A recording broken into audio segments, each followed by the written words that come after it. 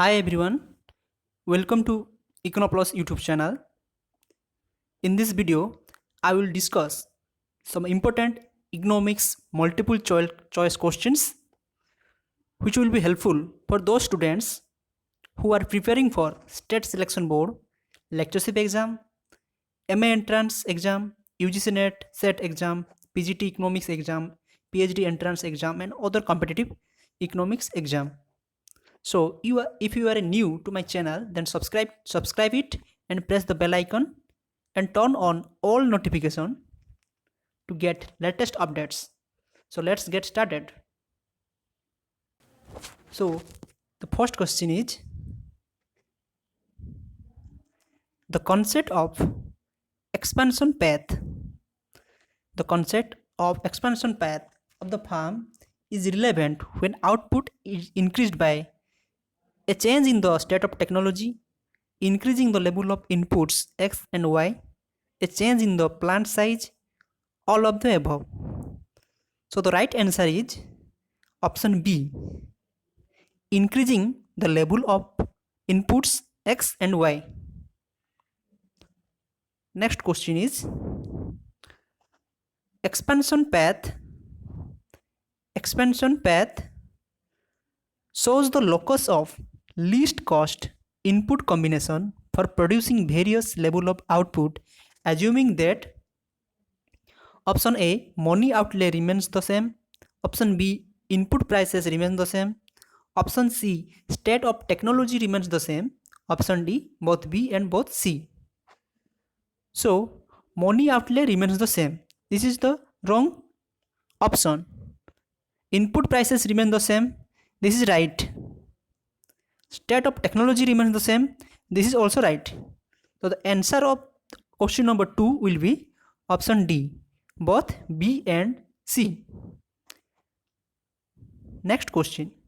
The expansion path is the locus of points of producer equilibrium resulting when the option A, price of input X changes, option B, price of input Y changes, option C, money outlay of the entrepreneur is varied, option D, entrepreneur shifts to a higher isoquants. The right answer is option C. Money outlay of the entrepreneur is varied. It is not fixed, it is varied. Price of input X changes, this is wrong. Price of input Y changes, this is wrong. Because prices of inputs remain fixed.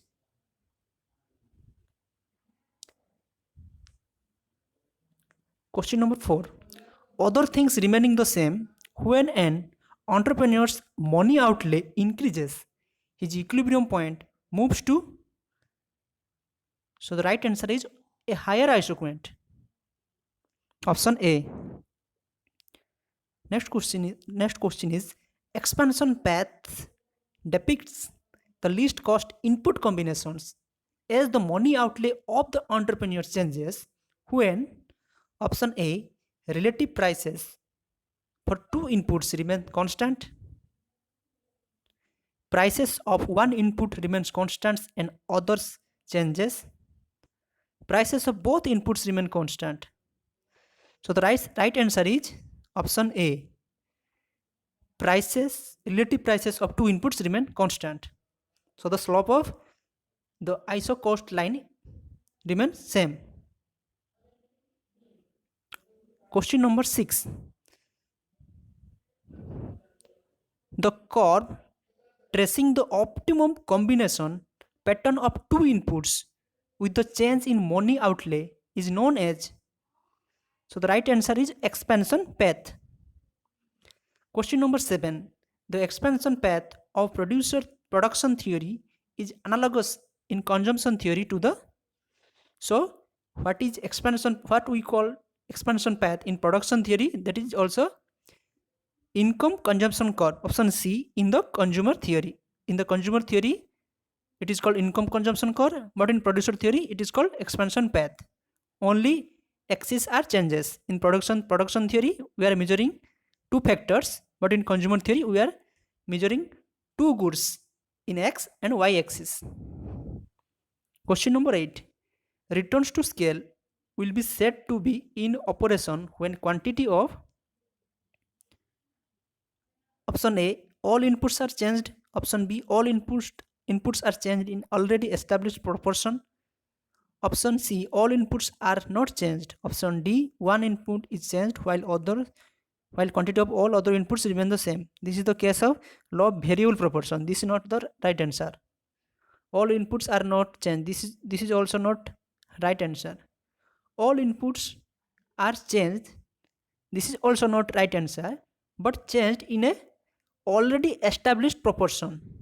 This is the right answer. Option B is the right answer. In a already established proportion. Next question is, in a production process, the input combination of 30% fixed asset, 40% raw materials and 10% labor. The quantity of all other inputs except fixed asset has been doubled.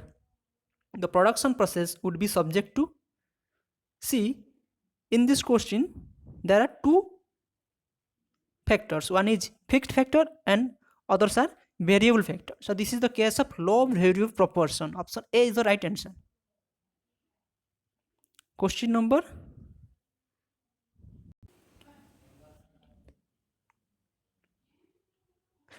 10.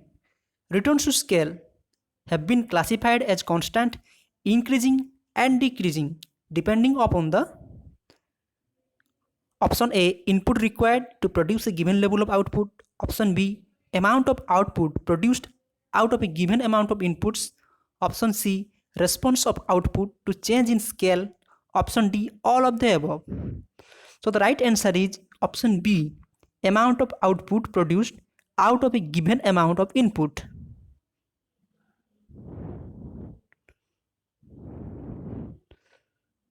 Question number 11. Which of the responses of returns to scale have also been named homogeneous function of first degree? We know that homogeneous function of first degree, that means this is degree of homogeneity is 1. That means this is constant return to scale. If degree of homogeneity is greater than 1, this is called increasing return to scale. And if degree of homogeneity is less than 1, this is called decreasing return to scale. So the right answer of this question, that means first degree, means constant return to scale. Next question is, the return to scale will be said to exhibit dash when a proportional change in input combination caused proportional change in output. Increasing returns, decreasing returns, constant returns, all of the above. The right answer is constant returns, because in constant returns proportional change in input caused proportional change in output. If input changes 5%, that means output will change also 5%. This is the constant return to scale. Question number 13. When the return to scale are constant, the marginal product of one variable input is, the right answer is decreasing. When the return to scale are constant, the marginal product of one variable, that means marginal product of labor, marginal product of capital, will be decreasing. Okay. Question number 14. The return to a variable factor of production are dash in the production process which is subject to increasing return to scale.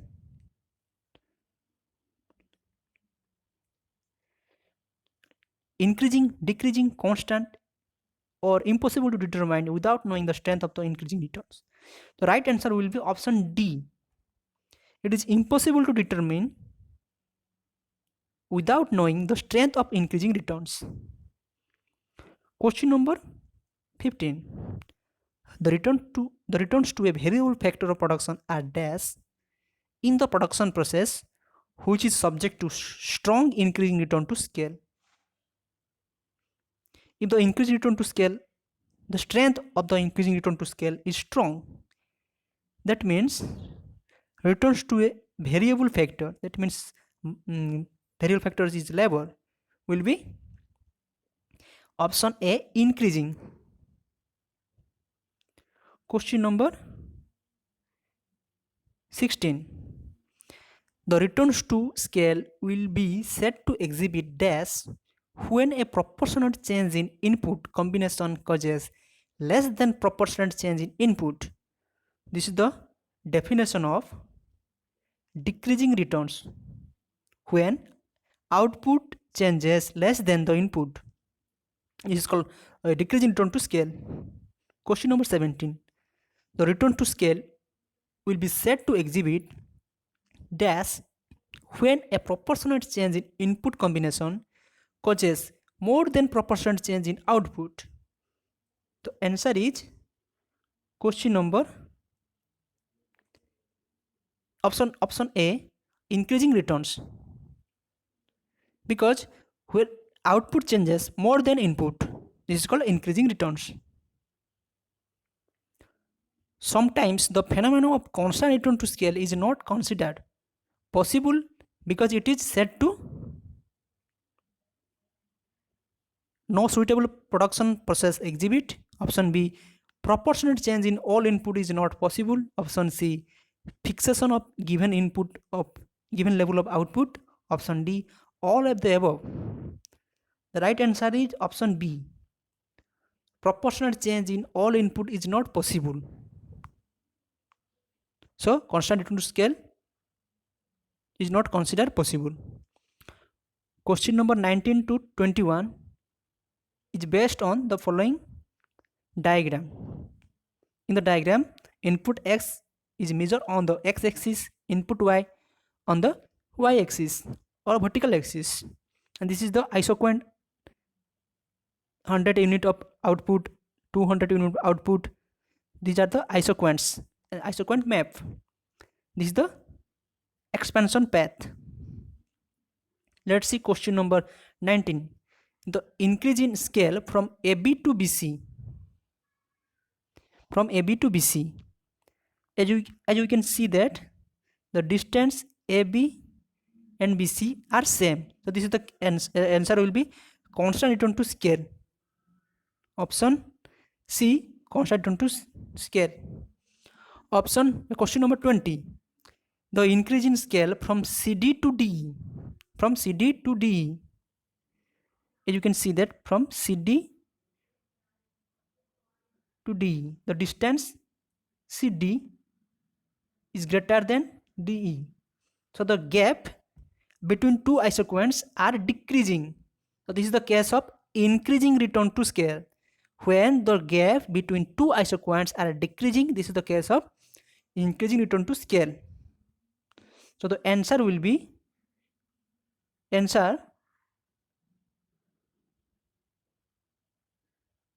for question number 20 will be increasing returns. Option A.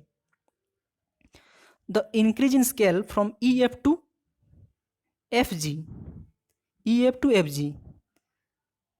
This is EF and FG. The gap is EF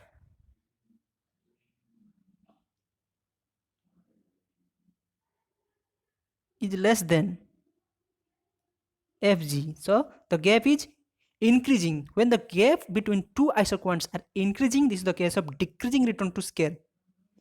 The answer for question number 21 is decreasing returns. Option B. Question number 22. When the returns to scale are increasing at a very low rate, the returns to variable factor are increasing, constant, decreasing, maybe constant or decreasing. But the right answer is option D, maybe constant or maybe decreasing. It depends upon the strength. When the returns to scale are decreasing at a constant rate, the returns to variable answer is for question number 23 is option C, decreasing. When the returns to scale are decreasing, the return to variable factor are also decreasing. Question number 24. The empirical production function can be obtained from technical information, data obtained in experiments, statistical analysis of cross-section data, all of the above. The answer is all of the above. Question number 25. The Cobb-Douglas production function is mainly applicable to agriculture industry experiments in agricultural institutions, none of the above. So the appropriate answer is option B. It is mainly applicable to industries. Question number 26. The proportionate increase in all inputs and thus the return to scale are not considered always possible because of indivisibility of inputs, scarcity of inputs, rigidity of production process, all of the above. The answer is all of the above. Question number 27. When a production function is homogeneous dash, the law of constant return to scale hold. The answer is option C. True. When production function is homogeneous of first degree, that means when production function is homogeneous of first degree, law of constant return to scale holds. Question number 28. Implicit costs are the costs of resources owned by the firm. Option B is the right answer. Which of the following is an implicit cost of production? Wages of the labor, charges of electricity, interest on owned money capital, payment of raw material. So whenever there is a word owned, this will be the implicit cost. Interest on owned money capital is the right answer. The meaning of word economics is most closely connected with the word. Answer will be scarcity. Opportunity cost are also known as spillover cost, money cost, alternative cost, external cost. Right answer is alternative cost. The next best alternative cost is called opportunity cost. So thank you very much for watching this video. If you really like this video, then share it among your friends. The next video will be uploaded soon. Thank you very much. If you have any doubt, then put your doubt in the comment section. Thank you.